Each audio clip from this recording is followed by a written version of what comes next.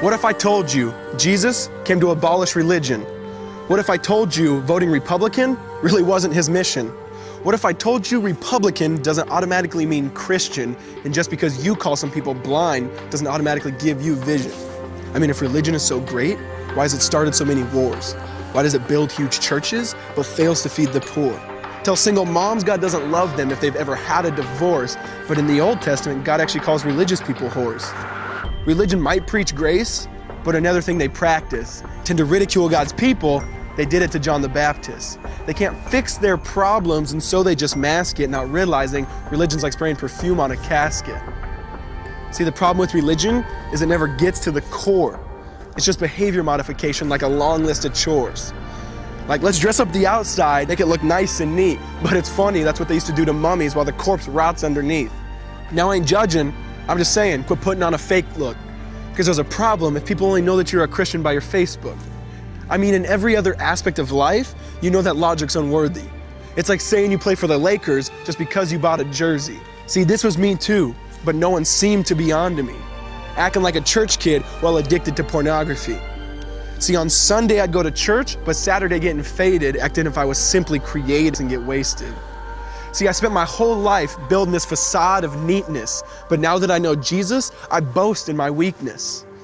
Because if grace is water, then the church should be an ocean. It's not a museum for good people, it's a hospital for the broken. Which means I don't have to hide my failure, I don't have to hide my sin. Because it doesn't depend on me, it depends on Him. See, because when I was God's enemy, and certainly not a fan, He looked down and said, I want that man. Which is why Jesus hated religion, and for it He called them fools. Don't you see so much better than just following some rules? Now let me clarify. I love the church, I love the Bible, and yes, I believe in sin. But if Jesus came to your church, would they actually let Him in? See, remember He was called a glutton and a drunkard by religious men. But the Son of God never supports self-righteousness, not now, not then. Now back to the point, one thing is vital to mention. How Jesus and religion are on opposite spectrums. See, one's the work of God, but one's a man-made invention. See, one is the cure, but the other's the infection.